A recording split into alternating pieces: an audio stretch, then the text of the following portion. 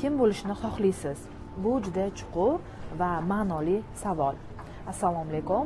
YouTube formatimizda sizlar bilan shaxsiy rivojlanish, o'zini anglash bo'yicha qo'shimcha darslarni boshlayapmiz. Xudo xohlasa juda ham ko'pchiligi manfaatli bo'ladi.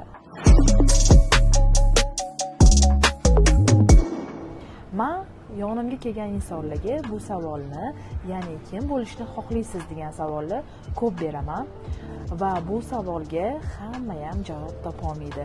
Nima uchun? Chunki juda ham ko'p insonlar hali o'zini anglab yetmagan, o'zi nima xohlashini bilishmaydi. Ko'pchilik tezroq boy bo'lishi, tezroq ko'proq pul topishi, rivojlanishni xohlaydi, lekin o'ziga bu savolni berib ko'rmagan. Ko'pchilik sevara qanaqa qilsam tezroq sizga o'xshagan ham oilani, ham biznesni, ham ishda professional mutaxassis bo'laman deb savol berishadi. O'rtoqlar, bitta narsaga kelishib olaylik. Bir muddat to'xting va o'zingizga bu savolni bering. Kim bo'lishni xohlaysiz?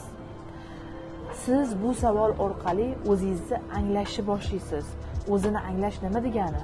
O'zini anglash hayot va professional hayot tarzidagi, ishdagi turli xil vaziyatlarda o'zini anglab yetish, uni qadriyatlari, istaklari, dunyo qarashlarini, nima xohlayotganini tushunib yetish. O'zini anglash orqali juda ham ko'plab imkoniyatlarga ega bo'lgan, katta o'zgarishlarga ochilgan, dunyo qarashi, moliyaviy bilimi, moliyaviy erkinlikka erishgan insonlar juda ham ko'p. Men ham shu qatordaman. Men ham ko'pchilik insonlar qatori tez ishimni qilib, tezroq boyish yoki pulimni ko'paytirish tarafdori bo'lib yurganman va shaxsiy rivojlanishni boshlaganimdan keyin umuman dunyo qarashlarim o'zgargan. Xo'p, kim bo'lishni xohlaysiz? Bu savolga aniq javob topish uchun bir nechta qadamlar bor. Men sizga bu qadamlarni tushuntirib aytib o'taman va buni siz bajarib ko'ring. Birinchi bo'lib qadriyatlarni aniqlash kerak. Qadriyatlarni aniqlash kerak. Qanaqa ma'noda? Ya'ni siz nima ish qilsangiz mazza qilasiz? Qanaqa insonlar bilan ishlashni xohlaysiz? Siz insonlarga beminnat nimalar bera olasiz? Samimiylik. Misol uchun sizdagi bor narsalar, siz yon atrofingizdagi mana bu qadriyatlar, siz bu qadriyatlarni birinchi bo'lib aniqlab oling. Misol uchun men detskiy massaj qilganman, buxgalter bo'lib ishlaganman va universitetda o'qiganman. Shu bilan bir qatorda oilam bo'lgan. Shu vaziyatda 2021-yilda men detskiy markaz ochganman, ya'ni hijoma, massaj sentrlarini ochganman. Yonida bitta xona bo'lgan. Insonlarga buxgalteriyani mana shu yerda o'rgatib tursam bo'lar ekan, menga savol berayotgan insonlarga mana shu yerda savollariga javob berib tursam bo'lar ekan degan niyat bo'lgan. Ya'ni birovlarga o'rgatish, bilim ulashish, men o'zim bilgan tajriba bilimlarni boshqalarga ham ulashish qadriyati bo'lgan ekan. Shu orqali meni sentrim, ya'ni Finvey akademiyam kattalashib kengayib ketdi. Shu orqali meni daromadlarim ko'paydi. Shu orqali meni omma tanishni boshladi. Shuning uchun sizdan birinchi bo'lib qadriyatlaringizni aniqlab oling. Keyingi o'rinda orzularingizni tasavvur qiling. Ya'ni siz kelajakda qanaqa yashamoqchisiz? Shuni tasavvur qila oling. Tasavvuringizda kelib chiqadiki, uni ana o'sha paytdagi sizni o'zingizni dunyo qarashingiz va tutishingiz. Uni bugundan boshlaysiz. Va keyingisi smart maqsadlar qo'yishdan boshlang. Ya'ni maqsadni qo'yayotganda smart texnikalardan foydalaning. Bu aniqlik, bu siz xohlayotgan narsalardan kelib chiqqan holda sizni orzularingiz va maqsadlaringizdan bo'ladi.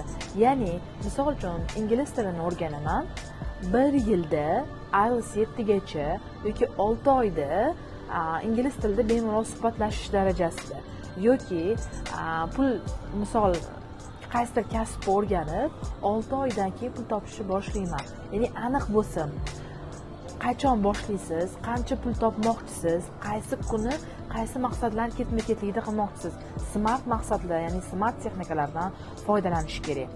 Keyingisi harakatlar rejasini tuzing. Harakatlaringiz doimiy ravishda nazoratda bo'lishi kerak. Bir haftalik, bir oylik, hattoki bir kunlik harakatlaringizni va xarajatlaringizni rejasini tuzing. Albatta, doimiy ravishda o'z ustingizda ishlang. o'z ustida ishlab rivojlanib dunyoqarashi o'sgan insonlar bilan ko'proq gaplashing, ular bilan do'st bo'ling.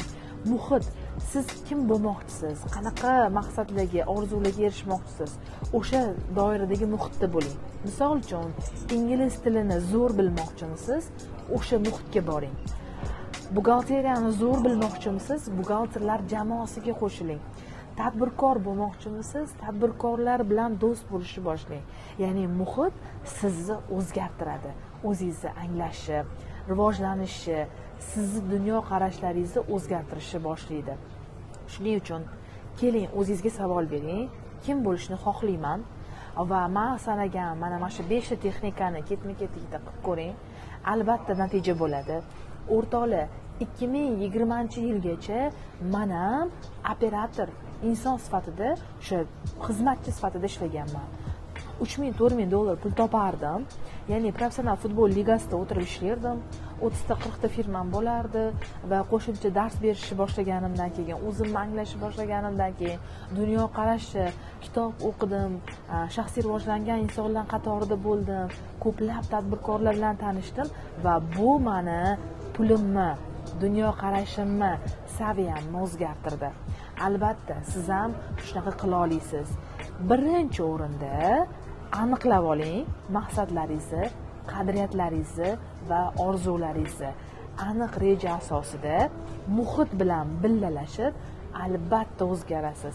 Siz xohlagan natija qiyin emas, faqat unga aniq reja va maqsadlar asosida boriladi.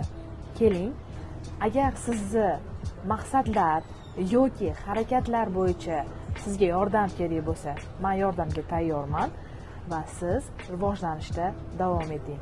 Katta natijalar kichik harakatlardan boshlanadi. Hammaga omad.